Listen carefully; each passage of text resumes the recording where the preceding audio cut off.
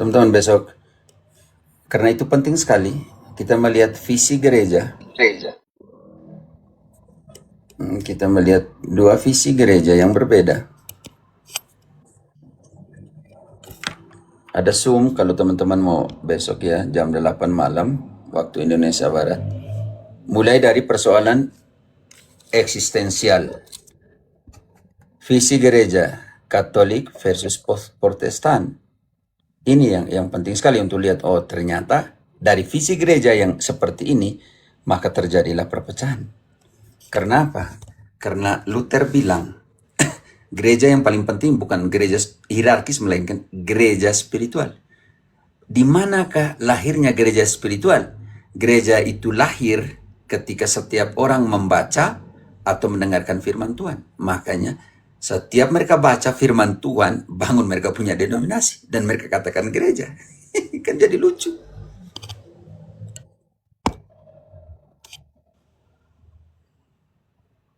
Di Zoom. Untuk lihat teman-teman yang linknya apa ada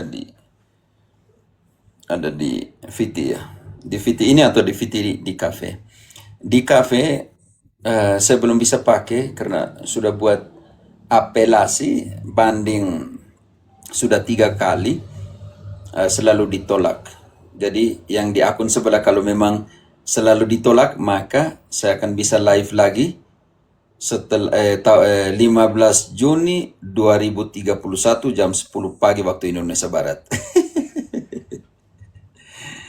Karena ada oknum yang tulis semacam pernyataan di bawah, semacam report bahwa eksploitasi anak waktu kemarin kegiatan dengan anak-anak panti asuhan jadi di seluruh Indonesia. Karena saya juga kasihan karena begitu banyak teman-teman panti asuhan yang di bawah yang sementara meminta untuk naik, tetapi karena dihentikan oleh TikTok. Jadi fungsinya biasa, tetapi akun sebelah saya tidak bisa live dan juga tidak bisa naik ke live siapapun.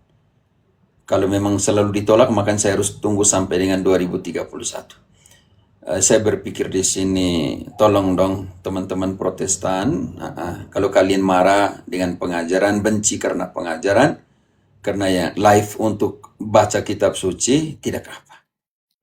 Tapi jangan benci ketika kita melakukan kegiatan sosial, amal bakti kita untuk orang-orang yang membutuhkan, seperti anak yatim piatu. Yang kasus tadi malam ya, bukan karena marah, bukan hanya kecewa, karena atas nama kemanusiaan juga kok masih dibuat seperti itu.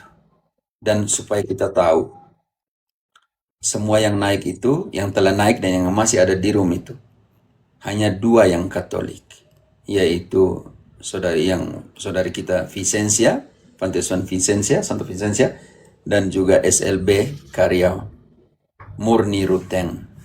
Yang semua yang lain itu dari saudara-saudari Protestantisme, dari denominasi lain. Karena itu tolong loh, karena Paus Fransiskus bilang seperti ini, sebelum menjadi sangat spiritual, jadilah sangat manusiawi. Dan ketika Paus Fransiskus bilang begini, jangan menghalangi atau jangan membuat halangan ketika kalian bisa berbuat baik. Dan Santa Teresa dari Kalkuta, ketika mereka pergi misa, mereka bertemu dengan orang yang sekarat di pinggir jalan. Lalu mereka temani yang sekarat itu, bawa ke biara sampai dengan mati. Santa Teresa dari Kalkuta bilang begini, tadi kita pergi ke misa untuk terima tubuh Kristus di Ekaristi. Tetapi kita tidak boleh tutup mata kita terhadap tubuh Kristus yang nyata di jalanan dan di dalam perjalanan hidup kita. Di manakah engkau? Ketika aku lapar, haus, ketika aku luka, ketika aku jadi orang asing, ketika aku di penjara, ketika aku sakit. Itu jangan lupa itu. Makanya tolong, marahnya separah yang kalian bayangkan tentang pengajaran, benci karena omong kitab suci, tidak ada masalah bagi saya. Tapi jangan kalian menjadi penghalang untuk kegiatan kemanusiaan. Karena rasa kemanusiaan itu tidak mempunyai tembok sekat. dan benteng. Tolong saya hanya minta itu. Karena ketika menulis dengan pernyataan di bawah eksploitasi anak, langsung sampai 2031 tidak boleh live lagi. Tapi tidak apa. Makanya kita pakai akun ini. Akun ini sudah lama. Saya pernah dibanet juga oleh Protestan waktu itu. Di report juga awal-awal ini sekitar 1 tahun lalu ya. Setahun lebih karena ini juga, karena pengajaran mereka naik di atas, mereka duduk diam, ternyata mereka report dari atas. Oke. Oh ya, Sandra, naikkan Sandra. Gitu, naikkan Sandra dulu. Oke, Frater silakan. Tolong, Daniel, kalau sudah selesai bisa dibawa ya. Teman-teman lagi satu jam ya. Sebelumnya terima kasih banyak ya Romo, Tuhan berkati. Daniel, nanti besok lusa catat dan seperti ini bagus ya teman-teman datang dan benar-benar mau membuka hati. Oh ini seperti ini loh, ini terjemahan seperti ini loh, ini seperti ini. Memang kita menemukan begitu banyak ketidaksetujuan di dalam terjemahan Indonesia. Hanya karena ada bilang disetujui oleh magisterium, oleh KWI, kita hanya mau buat apa? Makanya kita selalu buat pembanding TB1 dan TB2, terjemahan Inggris, terjemahan situs interlineal supaya membuat komparasi, harus baca dari Spanyol juga. Bukan menentang magisterium kita punya, hanya kita lihat, ini loh, terjemahannya berbeda, di Inggris berbeda, di interlinealnya Yunaninya berbeda, di Spanyolnya berbeda. Ini di Indonesia ada 2 versi TB1, TB2 berbeda. Ini kan membingungkan kita. Pertanyaan kita, sampai berapa TB lagi kita harus tunggu? Bisa mengerti? Iya, betul, Romo. Oke. Bukan untuk menentang magisteriumnya, hanya pertanyaan kita, seperti Lisa Fernandez pernah tanya, kita butuh 10 TB lagi kah untuk tahu yang terjemahan yang benar seperti apa? Oke, baik sudah. Yuk. Oke, makasih Romo ya, Tuhan berkati. Oke, amin.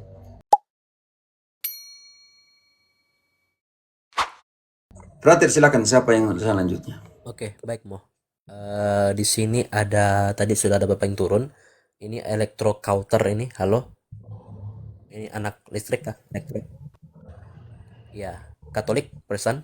Oke, saya dari Protestan Romo. Selamat malam. Yo, silakan saudaraku. Oh, santai saja. Iya. Saya tidak berkelahi dengan Protestan terus, Kalian jangan bilang saya berkelahi terus. Ya, baik Mo. Oke, elektro. Dari denominasi mana elektro? Denominasi ini apa ya pengertiannya, lebih ke contohnya HKBP, Lutheran, GKI, Calvinis. Nah, itu, Gerejamu apa gerejamu? Lutheran Romo. HKBP, GKLI, BNKP, GPDI ya. Sulawesi Tengah. GPDI itu Pentakosta. GPD Pentakosta. GKLB. Sulawesi Tengah. GKLB. Agak bingung ya. Lu Banggai. Kalau Kristen Lu Banggai itu Calvinis. Oh iya, berarti Calvinis. Saya juga agak kurang tahu tentang. Tidak apa. Saya tidak menghakimi karena engkau tidak tahu. Tidak, santai. Oke. Sini saya punya pertanyaan Romo. Berangkat dari saya sering bergereja di beberapa gereja. Jadi karena tuntutan pekerjaan saya tidak beribadah pada satu tempat. Saya menyesuaikan jam untuk ibadahnya. Kapan saya selesai kerja ya saya menyesuaikan dengan ibadah yang masih ada. Oke, berangkat dari situ saya menjadi terbuka juga karena mendengar banyak firman Tuhan yang dari satu gereja ke gereja lain itu berbeda. Nah, pertanyaan saya, terkadang dalam hati nurani. Elektro, berhenti di situ. Engkau menjadi terbuka ataukah engkau menjadi bingung karena pendeta satu tafsir lain, pendeta lain tafsir lain? Ya, seperti itu Romo. Ya, seperti itu. Makanya jangan bilang terbuka, maksudnya terbuka untuk melihat, ternyata di situ ada keganjilan. Satu omong lain, ayat yang sama. Bisa mengerti? Ya, seperti itu Romo. Oke. Maaf, saya potong karena saya juga terbuka, mestinya jadi lebih baik atau terbuka untuk memahami kenapa ada perbedaan. Oke. Ya, oke Romo. Jadi beberapa itu jadi saya sempat bingung. Terkadang hati nurani juga berpikir ini sebenarnya benar atau tidak begitu. Nah, di satu sisi yang lain juga saya punya tafsiran sendiri dalam hati karena ya mungkin baca firman Tuhan ya. Jadi pasti kita punya tafsiran sendiri dalam hati ya. Jadi kita berpikir yang mana yang benar seperti itu. Nah, dari sini saya ingin bertanya, sebenarnya ini untuk Katolik Penafsiran. ya, dalam untuk pengkhotbahnya itu cara belajarnya dan cara untuk menentukan apakah ini benar atau tidak, seperti apa Romo? Oke. Hebat sekali pertanyaanmu. Katolik punya kriteria yang kita bisa temukan di dalam KGK, Frater bantu dulu, tapi tidak usah baca semua. KGK 109 sampai dengan 119. Aturan umum hermeneutik dan eksegesis di dalam gereja Katolik. Katolik punya struktur. Dan itu ditetapkan sebagai aturan hukum. Bantu dulu, Frater. Bantu 109, loncat ke 112, loncat ke 114. Cukup ambil 3 konteks saja. Oke, 3 saja. Oke, baik. Kita mulai dari 109 dulu ya, Mo. Oke, di sini diberikan di bagiannya, di dalam kitab suci Allah berbicara kepada manusia dengan cara manusia. Tahan dulu di situ. Allah berbicara kepada manusia dengan cara manusia. Ini penting sekali. Kalau kita dengan cara Allah nanti di situ agak susah karena daya tangkap kita berbeda. Oke, lanjut. Oke. Penafsir kitab suci harus menyelidiki dengan teliti agar melihat apa yang sebenarnya hendak dinyatakan para penulis suci dan apa yang ingin diwahyukan Allah melalui kata-kata mereka. Tahan dulu di situ. Engkau harus memahami pertama penulis suci itu. Siapakah Paulus? Dia tulis ke Roma dengan maksud apa? Konteks historisnya seperti apa?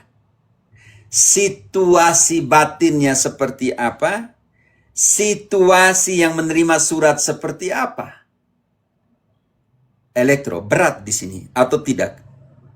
Bukan karena apa yang saya pikirkan, melainkan apa sih yang Paulus pikirkan? Apa sih situasi ketika dia menulis kepada Korintus? Contoh kecil. Apa sih yang dia pikirkan tentang itu?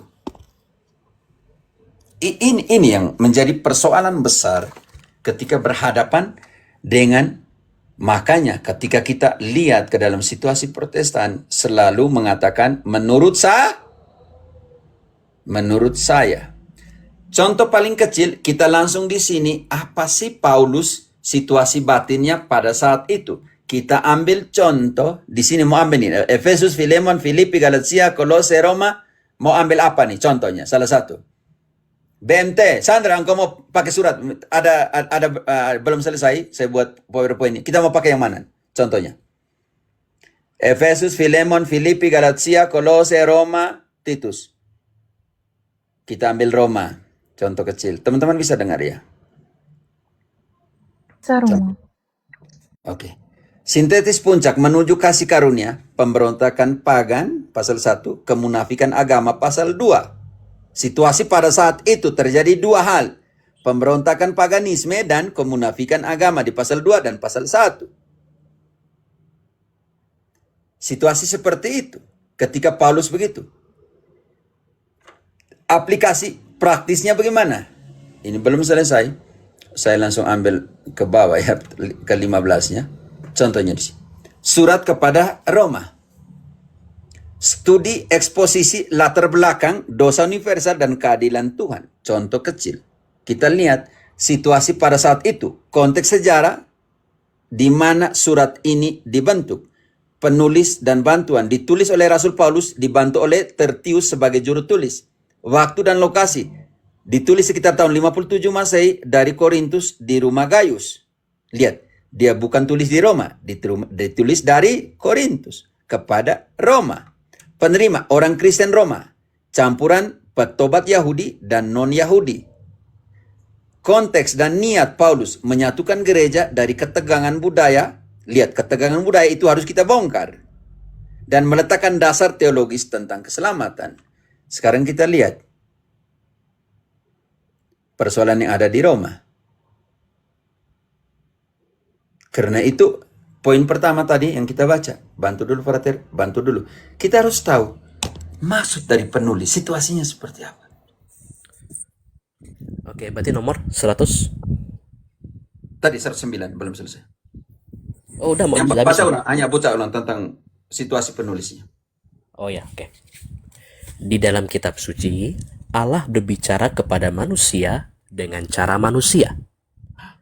Penafsir kitab suci harus menyelidiki dengan teliti agar melihat apa yang sebenarnya hendak dinyatakan para penulis suci dan apa yang ingin diwahyukan Allah melalui kata-kata mereka. 112. 112 bagian pertama. Memperhatikan dengan seksama dalam penafsiran kitab suci yang sesuai dengan roh yang telah mengilhaminya, ada 3 kriteria. Yang pertama, memperhatikan dengan seksama isi dan kesatuan seluruh kitab suci. Karena itu, elektro, satu ayat dibangun oleh keseluruhan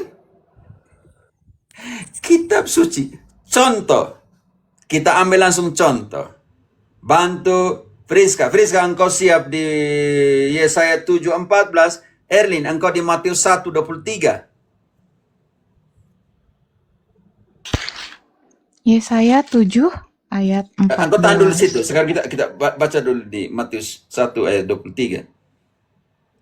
Matius 1 ayat 23, sesungguhnya anak dara itu akan mengandung dan melahirkan seorang anak laki-laki, dan mereka akan menamakan dia Immanuel, yang berarti Allah menyertai kita.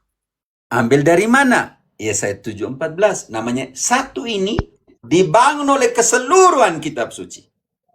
Yesaya 7 ayat 14. Sebab itu Tuhan sendirilah yang akan memberikan kepadamu suatu pertanda. Sesungguhnya seorang perempuan muda mengandung dan akan melahirkan seorang anak laki-laki, dan ia akan menamakan dia Immanuel. Di situ Immanuel tidak dijelaskan artinya. Dijelaskan di Matius 1:23. Tapi perempuan muda itu, di Matius pakai perempuan muda karena Matius tulis untuk orang diaspora Israel. Mereka lebih mengenal kata perempuan muda. Tetapi Lukas membaca Yesaya 7:14 di dalam Septuaginta yang berbahasa Yunani. Karena itu Irlin, Lukas 1 ayat ke-26, dia tidak gunakan perempuan muda, melainkan dia gunakan perawan. Dan perawan di situ akan punya nama. Lukas 1:26. Sambil engkau siap di situ, Friska, engkau bantu nanti di Galatia 4 ayat 4. Dalam bulan yang ke-6, Allah menyuruh malaikat Gabriel pergi ke sebuah kota di Galilea bernama Nazaret. Lanjut. Kepada seorang perawan yang bertunangan dengan seorang bernama Yusuf dari keluarga Daud. Nama perawan itu Maria. Tahan. Elektro, sekarang di situ ada 2 pernyataan. Matius mengambil dari Yesaya 7:14 tanpa mengubah. Di situ perempuan muda. Bisa mengerti? Bisa, Romo, bisa. Sedangkan Lukas membaca Yesaya 7:14 tetapi dalam Septuaginta. Di situ tidak dikatakan perempuan muda, melainkan seorang Perawan. seorang perawan mengandung dan melahirkan. Kalau begitu, Paulus menulis Mariologi dan Kristologi di dalam satu ayat penting, Galatia 4 ayat 4. Galatia 4 ayat 4. Tetapi setelah genap waktunya, maka Allah mengutus anaknya yang lahir dari seorang perempuan dan takluk kepada hukum Taurat. Setelah genap waktunya, genap apanya? Erlin, genaplah apa yang telah dinubuatkan dalam Kejadian 3 ayat 15. Keturunanmu. Di mana?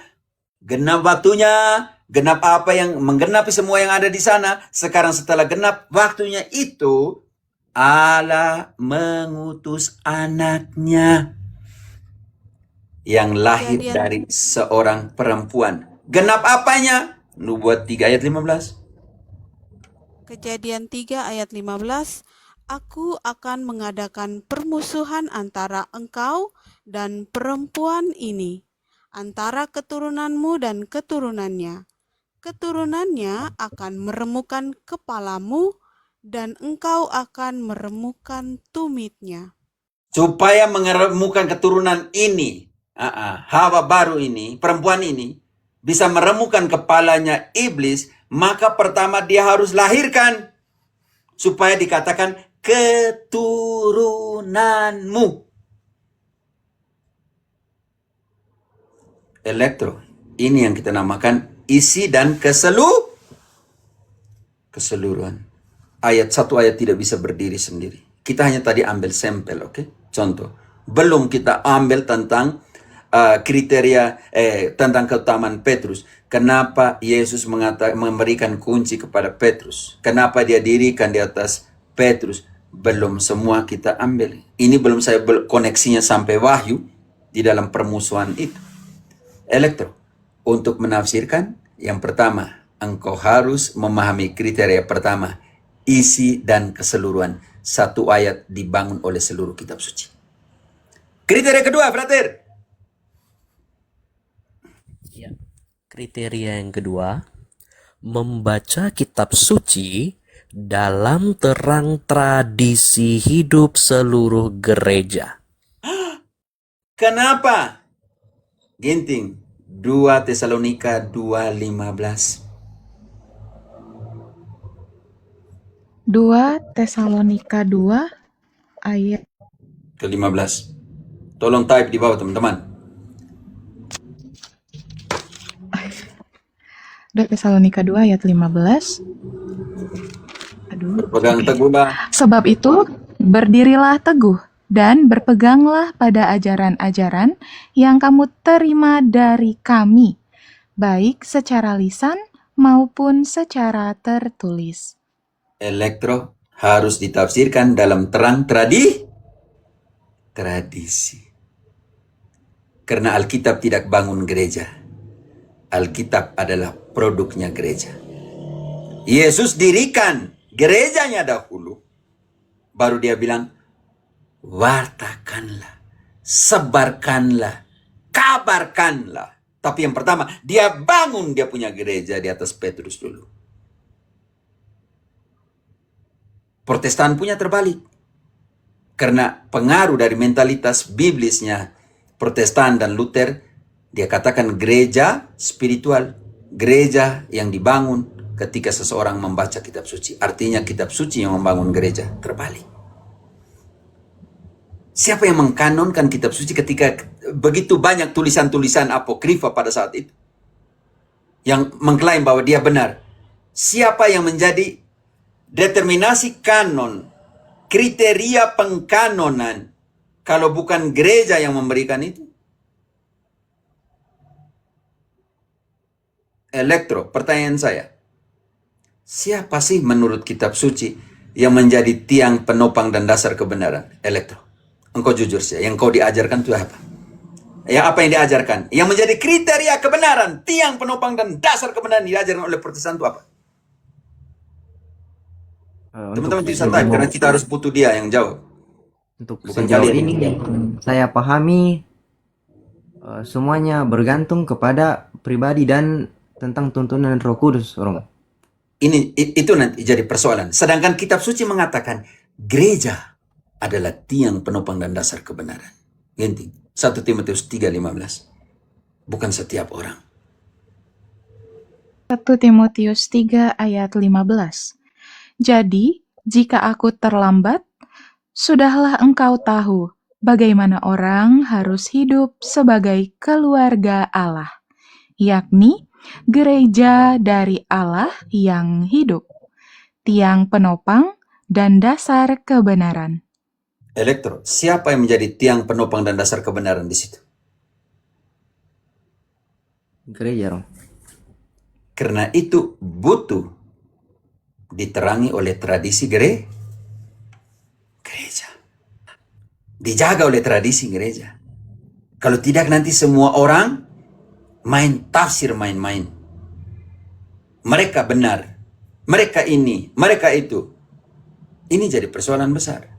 Oke, sekarang pertanyaanmu penting sekali. Kalau begitu bagaimana? Masih banyak, karena itu sampai dengan 119 ya teman-teman Katolik. Tolong buka katekismusmu. 109 sampai dengan 119 omong tentang kriteria penafsiran hermeneutik dan eksegesi dalam gereja Katolik. Tetapi sebelum itu kita lihat dulu kriteria ketiga, Frater. Selesaikan dulu. Kriteria yang ketiga, memperhatikan analogi iman.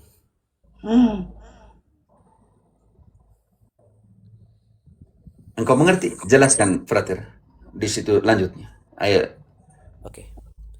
Diterangkan di sini, dengan analogi iman dimaksudkan adanya hubungan kebenaran-kebenaran secara imanen satu sama lain dan di dalam rencana keseluruhan wahyu dari Allah. Karena itu tidak ada prinsip pertentangan. Satu ayat tidak melawan ayat yang lain. 116, Frater. Bantu dulu tambah ini, tambah 116. Ya, 116.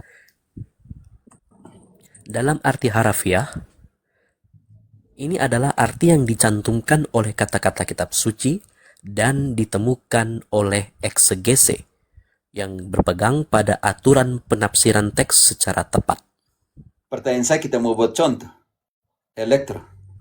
Kitab suci mengatakan. Teman-teman jangan kesenai karena saya lagi setengah jam saya. Kitab suci mengatakan, jika mata membuat engkau berdosa, cungkilah. Jika tangan membuat engkau berdosa, potonglah. Bagaimana engkau menafsirkan di sini, Elektro? Karena di situ ada penafsiran harafiah di situ tadi. Pertama lihat dari ini Romo. Konteksnya ini kitab apa puisi kah atau apa begitu. Jadi tentang Engkau mengerti dulu. Engkau jangan dulu konteks. Engkau sebagai Protestan yang namanya letterlek, penafsiran harafiah, berbahaya sekali di situ. Jika matamu membuat engkau berdosa, cungkilah. Lebih baik buta masuk kerajaan Allah daripada dengan mata yang utuh dibuang ke api yang berkobar-kobar. Engkau pilih yang mana nih? Mau tafsir lurus atau tidak? Kalau semua pendeta bilang, yang tertulis, berarti sudah banyak, semua pendeta sekarang buta karena tidak mungkin mereka tidak berdosa dengan mata. Elektro, engkau berapa kali berdosa dengan matamu? setiap saat, Romo. Yang tulisan itu sudah dinaikkan, tidak bisa, engkau lagi putar, kau punya sinyal. Siapa saudara kita yang setiap saat, berarti engkau sekarang sudah buta atau tidak? Kalau mengikuti seperti yang tertulis seharusnya sudah buta. Berapa kali pendeta yang sudah buntung karena berdosa dengan tangan? Banyak, Romo. Bahaya. Makanya itu, yang ini tidak tafsir harafiah. Tetapi kalau bilang omong tentang Maria, omong tentang purgatorium, itu tidak boleh. Bisa mengerti? Harus tertulis. Tetapi yang tertulis seperti, potonglah kakimu, potonglah tanganmu, lebih hilang daripada berdosa dibawa ke neraka. Saya mau berdebat, kopi berdebat dengan orang lain. Saya tidak butuh orang mau berdebat di sini. Kau pikir saya hanya datang dalam hidup saya untuk berdebat dengan kau kah? Kau cari, kau buka kau room, berdebat sendiri yang kau room. Tidak penting di sini kau berdebat. Saya lebih baik layani elektro seperti ini yang mau. Patungku keren. Iya, memang patung itu keren. Nah, kalian bendera sekalian hormat. Munafik namanya. Oke, elektro. Karena itu kriteria dalam kekatolikan punya kriteria penafsiran. Tidak main gila, oke? Kita memang baru 3, tapi banyak sekali di situ. Oke. Sekarang, bagaimana kitab suci omong tentang penafsiran? Ini penting, oke? Yang pertama, Santo Paulus bilang apa tentang penafsiran? Bantu dulu 2 Petrus. Erlin, engkau siap di Yohanes di Kisah 8, siap-siap 8:28. Contoh, tapi setelah kita baca dua kriteria yang ditekankan oleh Santo Petrus tentang penafsiran. 2 Petrus 3 ayat 15, ayat 16. 2 Petrus 3 ayat 15. Anggaplah kesabaran Tuhan kita sebagai kesempatan bagimu untuk beroleh selamat. Seperti juga Paulus, saudara kita yang kekasih, telah menulis kepadamu menurut hikmat yang dikaruniakan kepadanya. Hal itu dibuatnya dalam semua suratnya, apabila ia berbicara tentang perkara-perkara ini.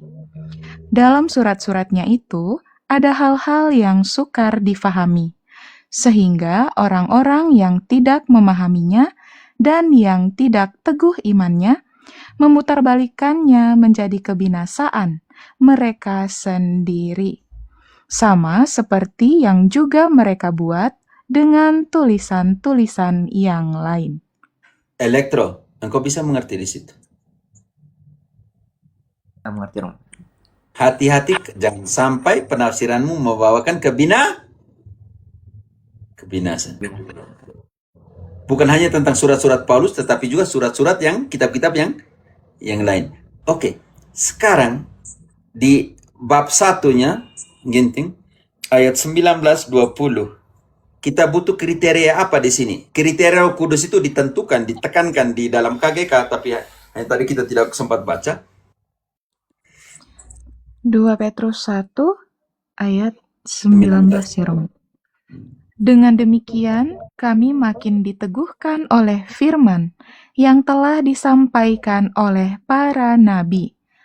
Alangkah baiknya kalau kamu memperhatikannya, sama seperti memperhatikan pelita yang bercahaya di tempat yang gelap sampai fajar menyingsing dan bintang timur terbit bersinar di dalam hatimu.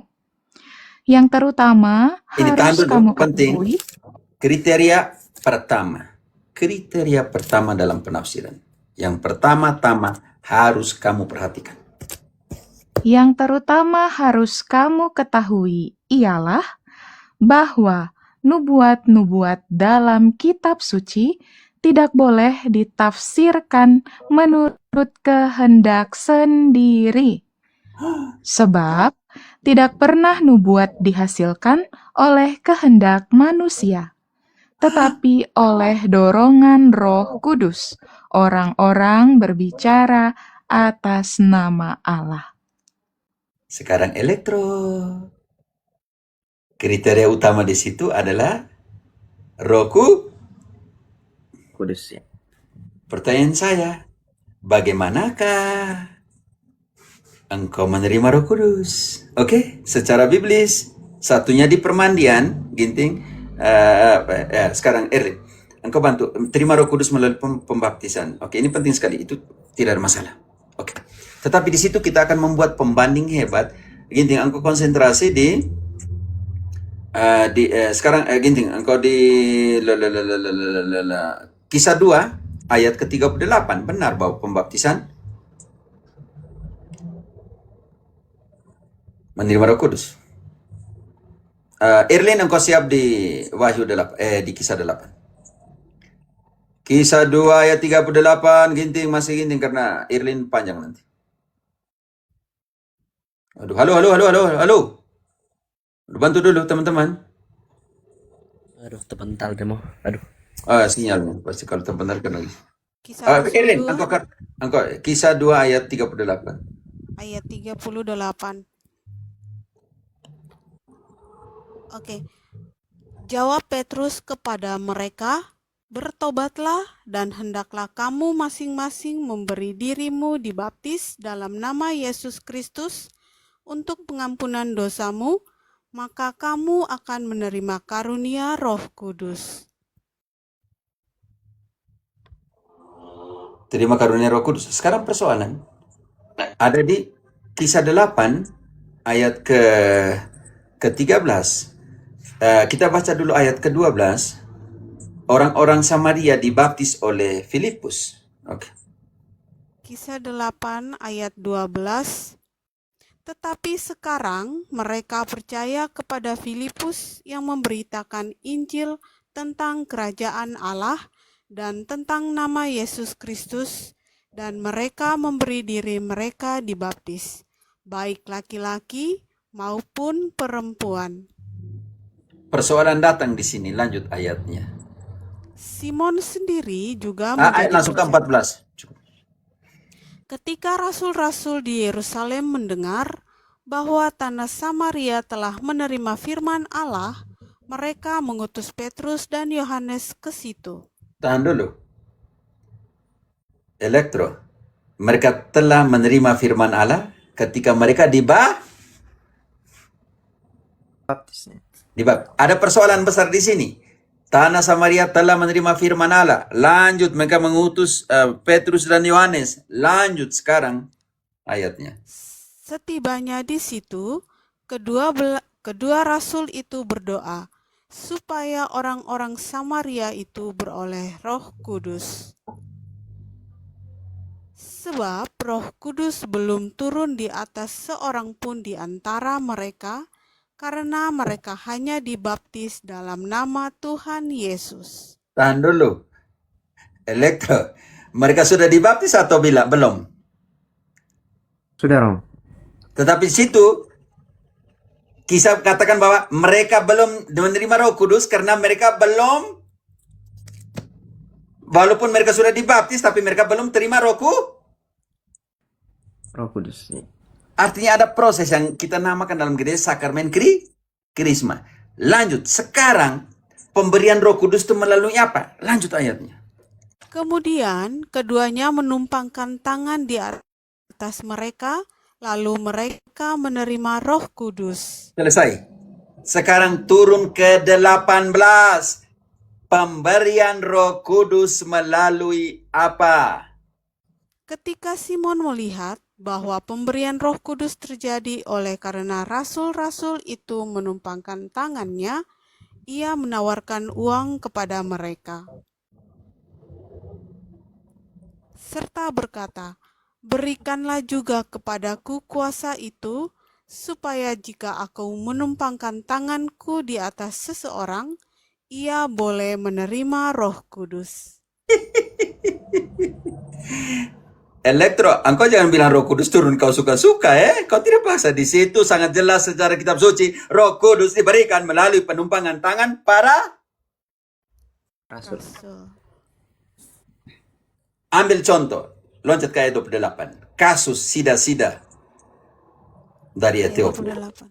Sekarang orang itu sedang dalam perjalanan pulang dan duduk dalam keretanya sambil membaca kitab Nabi Yesaya.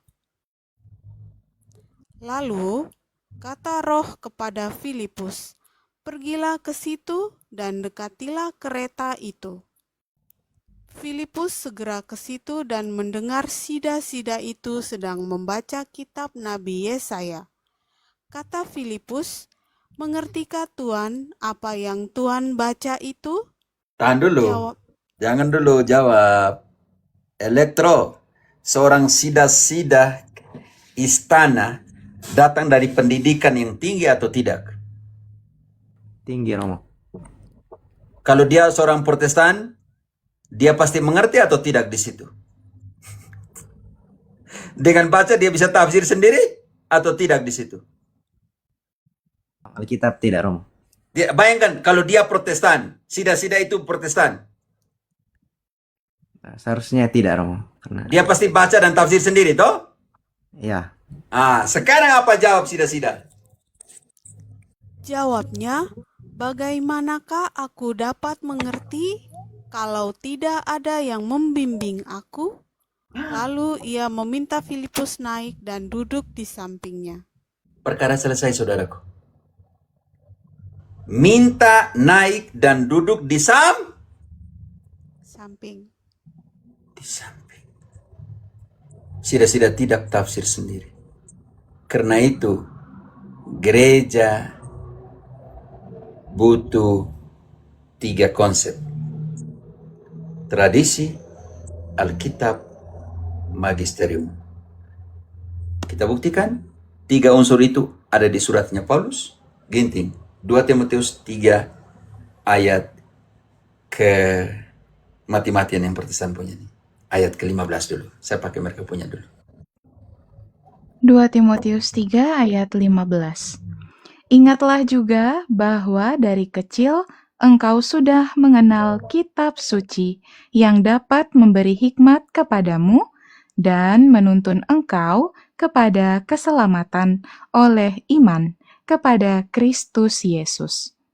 Elektro, kitab suci mempunyai dua tujuan, yaitu membuat engkau menjadi bijak, memberikan engkau hikmat, dan menuntun engkau kepada keselamatan. Dia tuntun kepada keselamatan. Sekarang ayat ke-16. Dia bukan omong kitab suci, di situ omong tentang tulisan-tulisan yang diilhamkan. Ayat 16, segala tulisan yang diilhamkan Allah memang bermanfaat untuk mengajar, untuk menyatakan kesalahan, untuk memperbaiki kelakuan, dan untuk mendidik orang dalam kebenaran. 4 fungsi. Sekarang selalu mereka baca ayat 16, ayat 15, lupa baca magisterium ayat ke-14.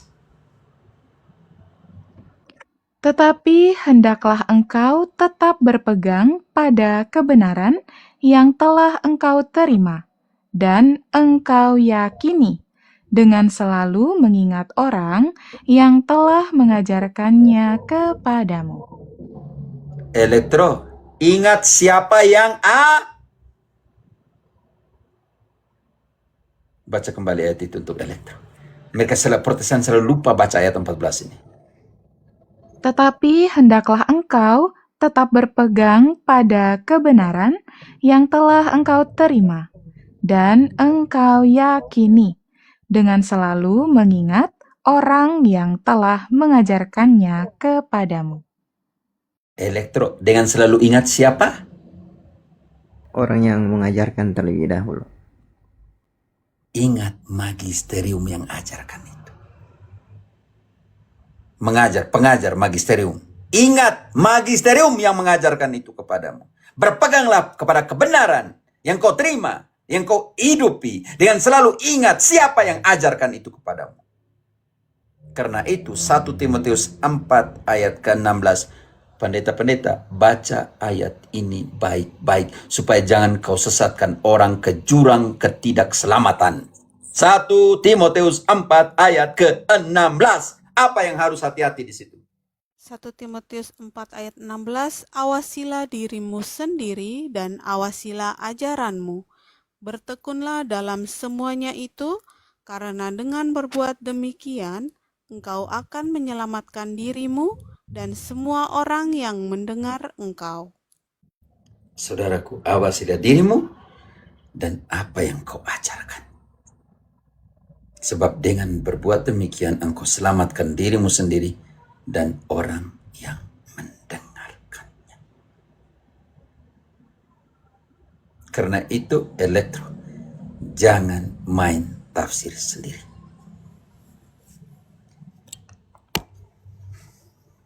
Oke, Romo, terima kasih atas penjelasannya. Sebenarnya saya masih punya pertanyaan kedua, cuma kayaknya sudah menjelaskan pertanyaan saya. Mungkin ini berarti dalam hal ini kita sebagai orang yang mungkin tidak terlalu paham tentang Alkitab, berarti dalam konteksnya tidak bisa langsung Tanya. ya tidak bisa langsung. Gereja tidak pernah melarang kalian baca. Bacalah. Sejak kecil kamu mengenal kitab suci. Kan Santo Paulus bilang kepada Timotius tadi, toh? Ya. Tidak ada masalah. Tapi ketika kau tafsir, hati-hati Santo Petrus. Jangan sampai membawakan kebinasaan.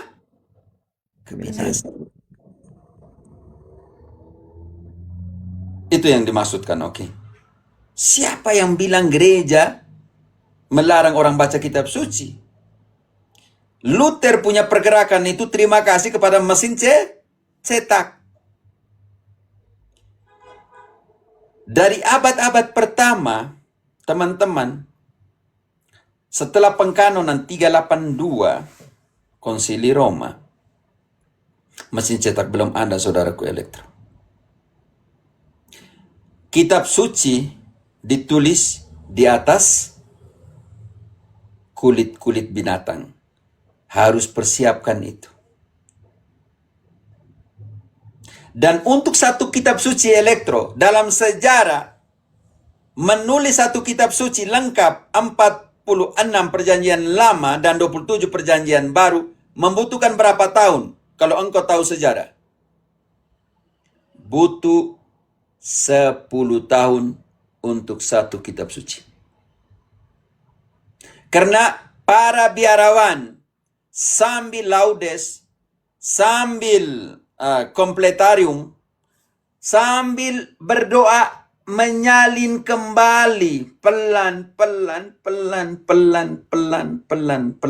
Kalau dihargakan satu kitab suci pada saat itu. Karena itu kitab suci zaman dahulu, mereka punya apa namanya slot ya, bukan ya? Yang untuk rumah, yang untuk apa itu? Kandau itu apa ya? Bantu dulu. Gembok. Mereka gembokkan. Ya. Karena itu berharga sekali. Kalau orang curi bagaimana? Sudah kerja berat 10 tahun.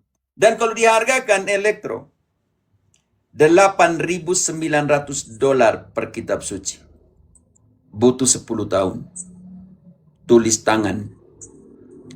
90% buta huruf. Mau baca bagaimana elektro? Orang tidak baca, orang hanya datang dengar. Lalu katakan bahwa kitab suci, gereja melarang orang baca kitab suci. Buat satu aja butuh 10 tahun. Maka di dalam sejarah, saya ini omong sejarah Protestan supaya kalian tahu. Makanya di situ Henry Newman bilang, kalau orang yang telah mengenal sejarah, dia akan meninggalkan Protestan. Betapa beratnya para biarawan menulis kembali, menyalin kembali. Butuh 10 tahun dalam sejarah. Belum ada mesin cetak. Untuk dibagikan ke uskupan, ke keproki. Susah. Dan itu saudaraku, banyak orang buta huruf tidak tahu apa-apa. Karena itu Luther bilang begini, patung, lukisan, ukiran adalah Injil untuk orang-orang miskin. Karena tidak tahu baca, lihat ukiran saja selesai. Maka zaman itu, elektro supaya engkau mengerti, lahirlah yang kita namakan Alkitab dalam batu-batu. Kenapa? Karena lukisan ukiran di dalam gereja, kaca jendela diukirkan untuk menoreh fakta-fakta Alkitabiah. Yesus dipermandikan oleh Yohanes, diukir di dinding gereja, diukir di batu, dijadikan patung. Maria menerima kabar dari malaikat Tuhan.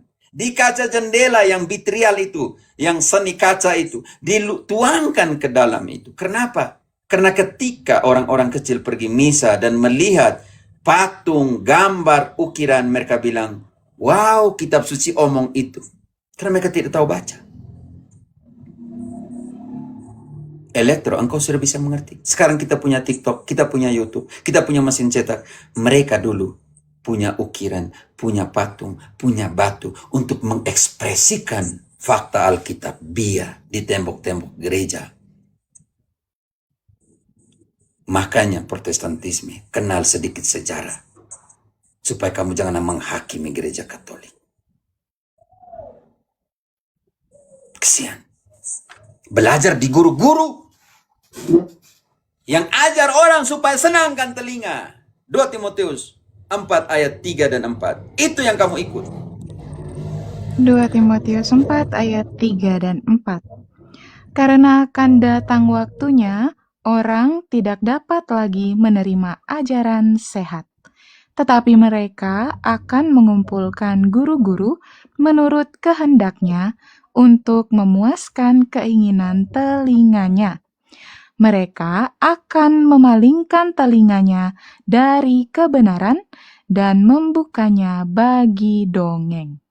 Persentimetunya dengar dongeng. Pendeta omong itu mereka percaya. Satu pendeta kan dia bilang, mau debat dengan dia, yang timnya harus siap ini. Saya konsultasi dengan tim. Ih, ngeri sekali. Kau baca bilang Alkitab, jadi sekarang hanya tim. Bukan sola skriptura, hanya sola tim sekarang. Makanya ayat 2 yang harus kita buat, Elektro. Saya katakan itu, anggaplah saya kau punya saudara. Mengatakan dengan penuh sukacita dan juga dengan penuh kasih yang mulia. Karena nanti Yakobus omong apa? Wartakanlah ayat 2. Baik ataupun tidak baik waktunya. Ada yang kritik saya waktu saya masak hari Minggu itu. Jangan buka room, jangan mengajar. Tolong dong teman-teman, kami ini masak sendiri. Kalau hari Ribu, hari Raya kami masak sendiri.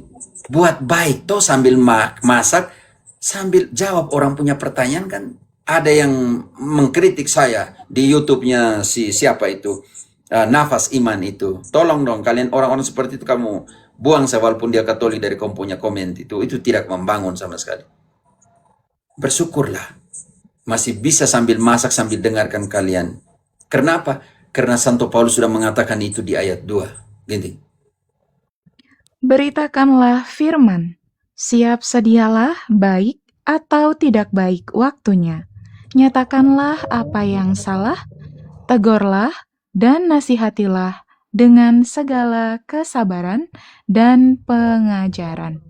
Baik ataupun tidak baik, waktunya, Elektro. Wartakanlah firman. Mau masak mau di busway, kadang di busway sambil juga dengar kalian seperti apa. Wartakanlah, gunakan, manfaatkan itu. Kan ada lagu toh, lagu apa, pakailah aku Tuhan selama aku masih hidup. Suatu saat, bagaimana lagu yang terakhir itu, teman-teman? Oh Tuhan, pakailah hidupku. Bila saatnya nanti ku tak berdaya lagi, hidup ini sudah jadi berkat. Lagu itu Protestan, jangan kau bahas. Tidak, hanya mau katakan, kamu yang Protestan itu, jadi berkat toh. Jadilah berkat sebelum kau mati. Jangan jadi tukang pajak persepuluhan, janji iman, jangan jadi pajak buah sulung. Jadi, wartakan yang benar. Itu yang saya mau katakan untuk kalian. Elektro, engkau sudah bisa mengerti. Cari kebenaran, saudaraku, cari kebenaran. Dan kebenaran akan memerdekakanmu. Tinggal di dalam firman itu. Erlin, bantu dulu. Yohanes 8 ayat 32-33. Tinggallah dalam firman itu. Dan kebenaran akan memerdekakanmu. Yohanes 32-33, dan kamu akan mengetahui kebenaran, dan kebenaran itu akan memerdekakan kamu. Turun ke ayat sebelumnya. Setelah Yesus mengatakan semuanya itu, banyak orang percaya kepadanya. Maka katanya kepada orang-orang Yahudi yang percaya kepadanya, jikalau kamu tetap dalam firman-Ku, kamu benar-benar adalah murid-Ku. Lanjut. Yang tinggal dalam firman, yang adalah muridku, maka apa yang memerdekakan? Dan kamu akan mengetahui kebenaran, dan kebenaran itu akan memerdekakan kamu. Jawab mereka. Cukup. Jangan pakai ulang. Cukup. Elektro, jangan selamat bodoh. Ginting, 1 Timotius 2 ayat 3 dan 4. Jangan selamat bodoh. 1 Timotius 2 ayat 3 dan 4. Itulah yang baik dan yang berkenan kepada Allah, Juru Selamat kita, yang menghendaki supaya semua orang diselamatkan dan memperoleh pengetahuan akan kebenaran. Elektro, jangan selamat bodoh. Selamat, tetapi sampai kepada pengetahuan akan kebenaran. Begitu saudaraku, oke? Carilah kebenaran, belajarlah, bandingkan, oke? Katolik tidak pernah memaksakan engkau jadi Katolik. Siapapun, walaupun begitu, adalah agama terbesar di dunia dengan 1,5 miliar. Pernahkah saudaraku Elektro, engkau mendengar seorang Katolik bilang saya cari jiwa-jiwa? Selama ini yang ikut-ikut ibadah juga Katolik belum pernah, Romo. Yang kita omong tadi kitab suci, bukan saya yang omong. Kita baca tadi kitab suci.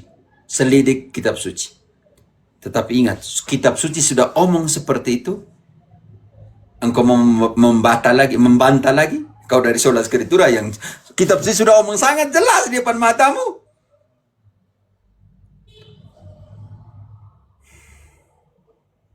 Oke, Romo. Untuk ini saya paham, Romo. Oke. Mungkin terakhir, Romo. Saya Ya. terkadang suka tulis-tulis renungan. Kebetulan kemarin saya juga pernah ikut belajar tentang firman Tuhan, bagaimana cara pandang Kristosentris dari Perjanjian Lama ke Perjanjian Baru. Makanya saya mungkin ada sedikit-sedikit tulis renungan. Apakah memang sebenarnya renungan yang saya tulis itu boleh dibagikan kepada orang lain atau seharusnya Bagikan. Tapi jangan buat orang sesat ya. Bagikan, maksudnya jangan bilang kau pergi bunuh orang, kau pergi apa, jangan ya. Oh, ya. Oke, baik, Romo.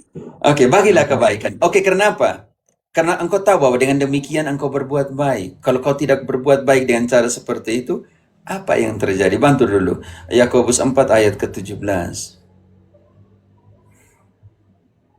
Yakobus 4 ayat ke-17. Ya kan, Romo? Yakobus 4 ayat 17. Yakobus. Jangan konsentrasi di engkau type ini jadi soal. Tidak lepas mereka type, engkau yang tidak type. Jadi, jika seorang tahu bagaimana ia harus berbuat baik, tetapi ia tidak melakukannya, ia berdosa. Saudaraku, saya tahu bahwa engkau mencari kebenaran dan engkau ada di dalam doktrin yang error dan saya tidak melakukannya itu kepadamu. Saya berdosa. Karena apa? Mandat. Yakobus 5 ayat 19 ayat 20. Yakobus 5 ayat 19, Saudara-saudaraku, jika ada di antara kamu yang menyimpang dari kebenaran dan ada seorang yang membuat dia berbalik, ketahuilah bahwa barang siapa membuat orang berdosa berbalik dari jalannya yang sesat, ia akan menyelamatkan jiwa orang itu dari maut dan menutupi banyak dosa. Saudaraku, engkau bisa mengerti di sini. Bisa mengerti, Romo. Terima kasih atas penjelasan. Itu makanya tugas selama ini tidak mudah karena saya tahu bahwa engkau ada di error doktrin dan saya diam saja. Saya tidak menyelamatkan jiwamu dan menutupi berbagai dosa. Walaupun saya ini berdosa, tidak sempurna, buta semua seperti kalian, berdosa seperti kalian. Anekdot ini saya sudah ceritakan ribuan kali dan saya tidak pernah bosan. Seorang buta, dia dengan pelita di tangan. Semua orang di kampung pada heran. Kau kan buta, kenapa kau nyalakan pelita di malam yang gelap? Lalu apa kata orang buta itu? Saya ini buta, tidak butuh pelita, benar sekali. Tetapi pelita yang saya nyalakan ini supaya untuk kalian, supaya kalian bisa melihat jalan yang benar. Saya berdosa, saudaraku. Katolik semua yang ada di sini, saya berdosa. Semua seperti kita berdosa. Tapi jangan padamkan pelita firman yang kita nyalakan supaya orang lain seperti Elektro ini bisa melihat yang benar. Tolong panggilan untuk semua Katolik dimanapun berada. Ketika kalian ingin membuat fiti-fiti untuk hanya menjatuhkan sesama Katolik. Ketika kalian punya jari hanya untuk taib, untuk menjatuhkan sesama Katolik. Kamu ingat itu. Kita ini semua berdosa. Jangan sampai orang yang kita celah, yang kita hakimi, mereka masuk surga dan kita di neraka. Jangan sampai itu. Oke? Karena itu, teman-teman Protestan yang dengar, jangan pernah bilang saya tukang berkelahi dengan Protestan. Ini nyatanya Protestan seperti Elektro. Dan masih banyak Protestan yang naik ke room ini tidak untuk berkelahi. Oke, terima kasih teman-teman. Saya semua jam 12. Lektor, terima kasih. Di sini ada Iup. Jangan marah YKYB karena saya juga harus makan siang, oke? Yang di bawah, tahan dulu, jangan naik dulu biar hari lain saja. Sekarang kita lihat yang terakhir. Iup. Ya, Romo. Yo, Iup, silakan. Katolik, Protestan. Yang lebih tepatnya simpatisan, no. Oh, bukan Katolik, bukan Protestan. Ya, Katolik yang Protestan yang menuju ke Katolik lah, Romo. Engkau tidak jauh dari kerajaan surga, maksudnya seperti itu. Oh, domba yang hilang yang mulai pulang. Yang akan Iya, mengatakan, Bapa, aku telah berdosa kepadamu dan kepada surga, begitu? Betul. Betul, Oke. Romo. Bantu kita baca ayat ini untuk dia. Saudaraku, karena saya pikir ketika mereka tidak tahu jalan pulang, jangan tutup jalan pulang untuk mereka. Irlin bantu dulu. Lukas 15 ayat ketiga mulai. Banyak. Jangan jadi ahli Taurat, jangan jadi orang Farisi yang membuat orang lain tidak pulang untuk ke rumah yang benar dan cari rumah yang benar. Tolong Bapak Pendeta dong, Bapak Pendeta dong, dimanapun kalian yang mendengarkan ini. Jangan menjadi penghalang orang untuk ada di rumah yang benar. Lukas 15 mulai dari ayat 3. Lukas 15 ayat 3. Lalu ia mengatakan perumpamaan ini kepada mereka. Siapakah di antara kamu yang mempunyai 100 ekor domba, dan jikalau ia kehilangan seekor di antaranya, Tahan dulu. tidak meninggalkan Dia kehilangan seekor, 99 yang baik. Satu yang jalan, tidak tahu dia di mana. Mau jalan sendiri karena kebebasannya, karena mau menikmati dunia, urusan dia. Tetapi Yesus omong kepada siapa? Baca ayat 1 dan 2. para pemungut cukai dan orang-orang berdosa biasanya datang kepada Yesus untuk mendengarkan dia. Ada persoalan di situ. Ada persoalan di situ. Maka Yesus, Maka bersungut-sungutlah orang-orang Farisi dan ahli-ahli Taurat. Katanya, ia menerima orang-orang berdosa dan makan bersama-sama dengan mereka. Roma berdosa, Roma pelacur besar, Roma yang ini, sama seperti ahli Taurat dan orang Farisi. Emosi karena ada orang berdosa yang mau omong dengan Yesus. Ada orang yang tersesat merasa diri kehilangan dan ingin omong dengan Yesus untuk cari kebenaran. Makanya ketika ada Protestan di sini naik untuk tanya yang benar, banyak yang panas di bawah, caci maki, tidak tahu mereka punya jari itu untuk yang itu atau tidak. Sama. Apa yang terjadi? Baca kembali di situ. A1 dan 2 dibaca kembali. Para pemungut cukai dan orang-orang berdosa biasanya datang kepada Yesus untuk mendengarkan dia. Maka bersungut-sungutlah orang-orang Farisi dan ahli-ahli Taurat. Katanya, ia menerima orang-orang berdosa dan makan bersama-sama dengan mereka. Sekarang Yesus omong, kalian punya 99 domba dan satu tersesat. Baca di bagian itu. Lalu ia mengatakan perumpamaan ini kepada mereka. Siapakah di antara kamu yang mempunyai 100 ekor domba, dan jikalau ia kehilangan seekor di antaranya, tidak meninggalkan yang 99 ekor di padang gurun, dan pergi mencari yang sesat itu sampai ia menemukannya? Cukup sampai situ. Ada satu gambar gembala yang baik, Yesus pikul anak domba yang hilang itu, dan di situ ditulis di situ percakapan antara domba dan Yesus. Hebat Yesus. Nak, jangan hilang lagi ya. Gambar bagus sekali gambar itu ya.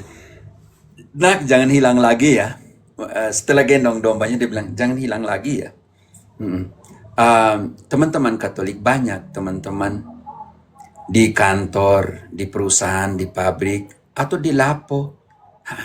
Mereka tidak tahu yang benar seperti apa. Mungkin selama ini mereka jalan dan percaya saja orang omong. Jangan lupa dekati mereka. Omong tentang Yesus. omong tentang ekaristi, omong tentang sakramen, omong tentang gereja kepada mereka. Jangan lupa. Tetapi ada mereka seperti Iub ini, seperti anak yang hilang. Bantu dulu di ayat ke-18. Ayat 18.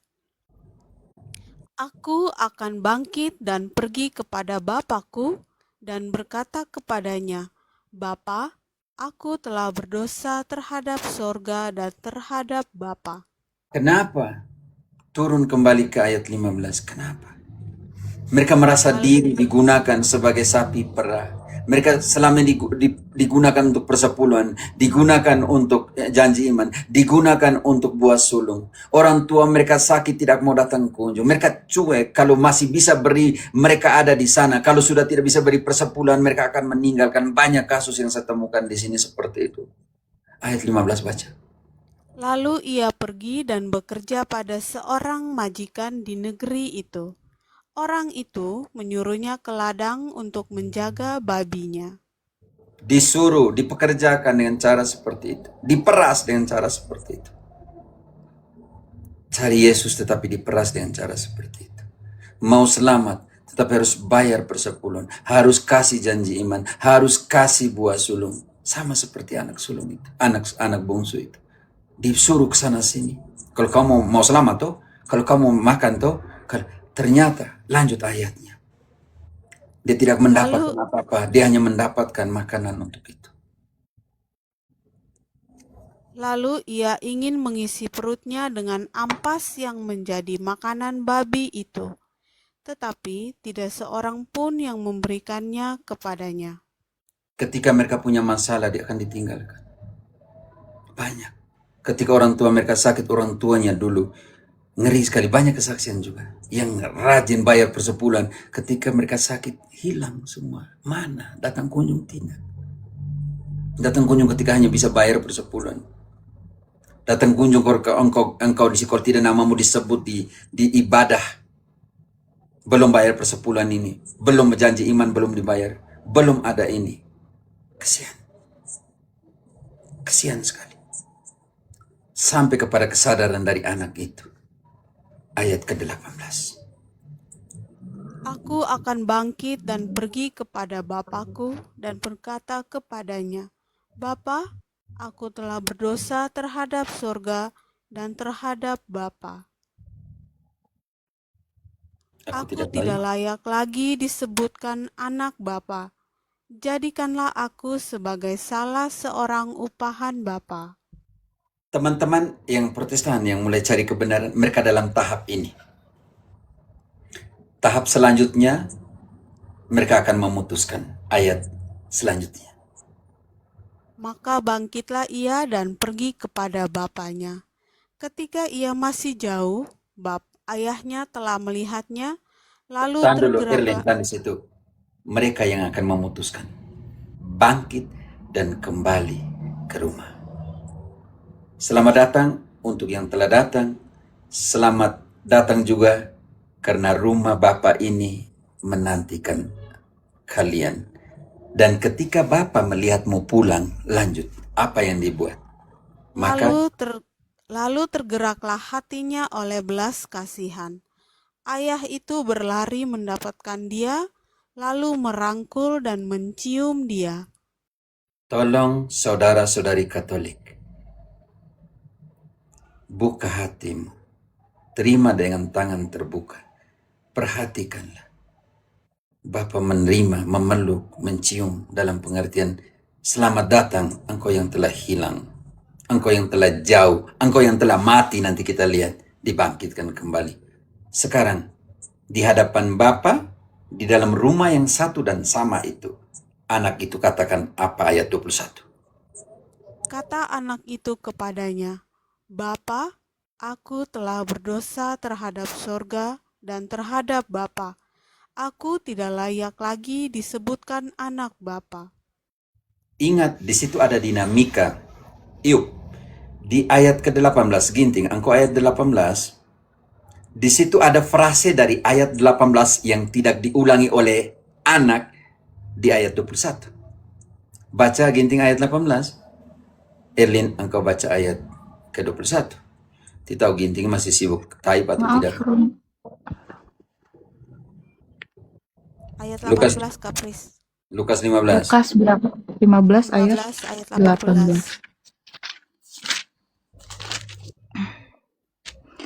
18. Aku akan bangkit dan pergi kepada Bapakku dan berkata Tahan kepadanya, dulu. Dan berkata. Frase pertama dari berkata. Bapa, aku telah berdosa terhadap sorga Tahan. Berdosa kepada surga. Yang kedua. dan terhadap Bapa. Ketiga. Aku tidak layak lagi disebutkan anak Bapa. Dan keempat. Jadikanlah aku sebagai salah seorang upahan Bapa. Iup, yang keempat ini tidak diulangi ketika dia berhadapan dengan Bapa. 21. Irlin. Kata anak itu kepadanya, Bapa, aku telah berdosa terhadap sorga dan terhadap Bapa. Tahan dulu. Kita masih hitung nih. Aku telah berdosa kepada surga. Yang kedua. Dan terhadap Bapa. ketiga. Aku tidak layak lagi disebut anak Bapa. Keempat hilang. Tidak diulang di situ. Iup. Pesan teologis. Di situ selanjutnya ada bilang, jadikanlah aku sebagai salah seorang hambamu. Nggak ada. Pendeta tidak baca teliti di situ. Pesan teologi. Iup. Engkau anak Allah. Tidak bisa diturunkan dalam status ke bawah sebagai budak. Sebab tidak ada ex bapa, tidak ada ex mama dalam hidup. Dan tidak ada ex atau mantan anak. Relasimu abadi sebagai anak dan dia sebagai bapa. Makanya baca kitab suci teliti sedikit teman-teman. Oh sama, tidak. Di situ ada 2 ayat 18 itu ayat yang bagian keempat akan dihilangkan. Maksudnya tidak diulangi di dalam ayat 21. Kenapa? Karena pesan teologi. Seorang anak tidak akan pernah menjadi budak dari bapaknya. Apapun hancur hidupnya, apapun jelek, mama tidak akan mengatakan, karena kau pencuri, kau pembunuh, kau saya punya mantan anak, sekarang kau tidak menjadi anakku. Tidak akan pernah itu. Yuk, baca ayatnya Irlin, lanjut ke 23. Dan ambillah anak lembu tambun itu, sembelilah dia, dan marilah kita makan dan bersuka cita. Karena apa? Sebab anakku ini telah mati dan menjadi hidup kembali. Yang kedua. Ia telah hilang dan didapat kembali. Maka mulailah mereka bersukaria. Dia hilang dan didapat kembali. Dia telah mati dan dihidupkan kembali. Iup hanya orang hilang yang mencari jalan keluar. Yep, oh. Semangat semangat, carilah kebenaran, buat pembanding. Jadi bahagia, sangat penting. Jadi bahagia dalam hidupmu. Ada kesaksian. Dia bilang, Romo, saya ini waktu jadi Protestan itu. Saya tidak mau kasih tahu dari denominasi mana. Setiap saya terima gaji ini, lebih dari setengah ke gereja. Tapi setelah saya Katolik, saya punya gaji ini. Tiap bulan selalu ada saya sisipkan untuk orang miskin, untuk janda, untuk anak yatim piatu, untuk bantu bapak mama, untuk bantu anak sekolah yang butuh. Coba kalian buat pembanding.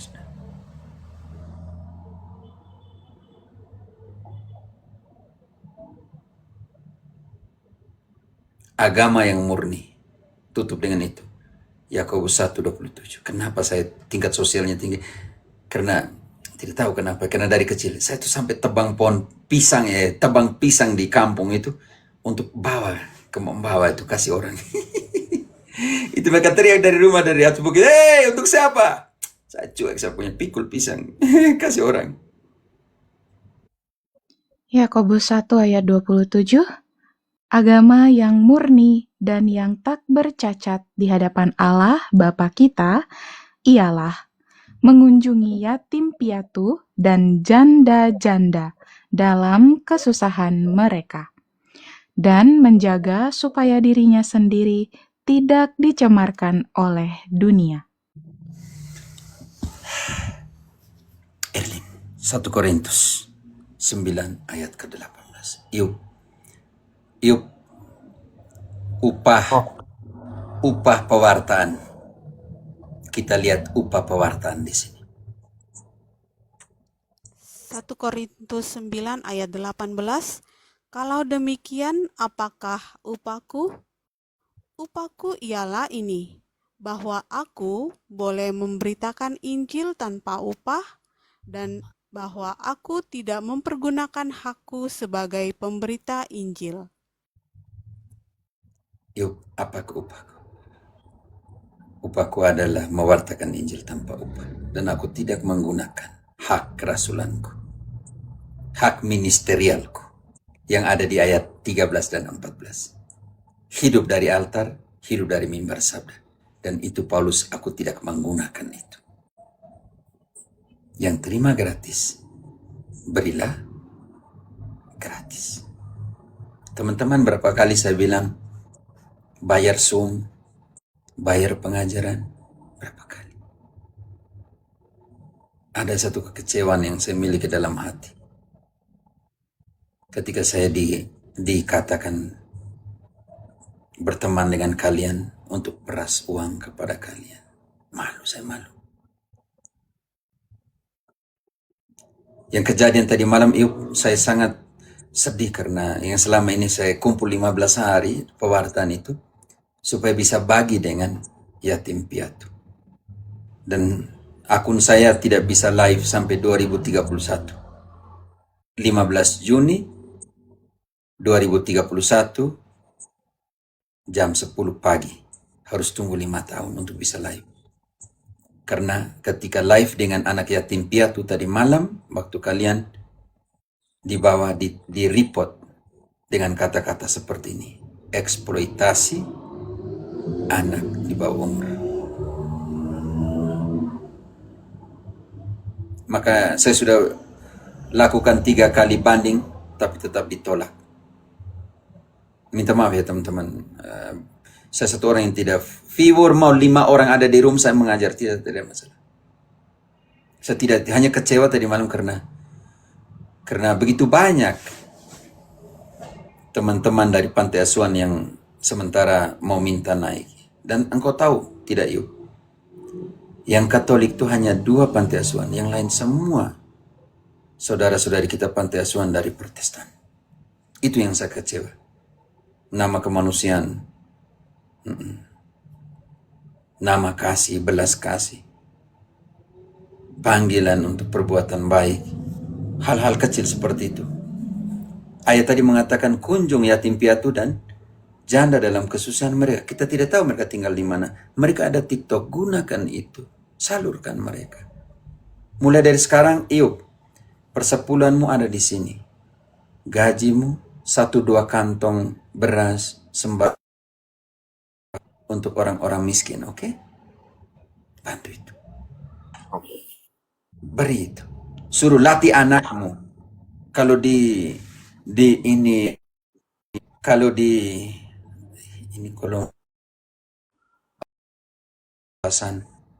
kalau engkau masih bisa beri dia minum, beri dah. Oke.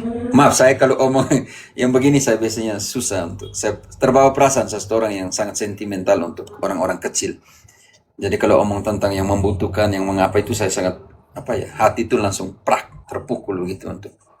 Makanya saya agak susah untuk omong ini di room untuk terlalu sentimental, maksudnya terbawa bagian yang paling rapuh dalam diri saya itu untuk orang-orang kecil itu. Oke, terima kasih ya teman-teman. Tuhan memberkati. Terima kasih untuk BMT, anak Ambon, dong anak Anteng dong nih, Peter. Hormat. Terima kasih banyak. Yo. Terima kasih Romo. Tetap semangat. Yo, Terima kasih terima kasih Romo, untuk tetap semangat. Erlin, untuk Iup, untuk yang elektro, untuk semua yang tadi, untuk Sandra mungkin disuruh tidur kesian jam begini di Singapura. Makasih Terima Romo, kasih. makasih semuanya. Yo, terima kasih. Oh ya, Sandra masih di bawah aja. Oke, terima kasih untuk IDC. Dia sambil buat rosario pasti untuk supaya jangan ngantuk. Dia pasti buat rosario sambil lihat di bawah juga. Terima kasih. Saya tutup dalam nama Bapa dan Putra dan Roh Kudus.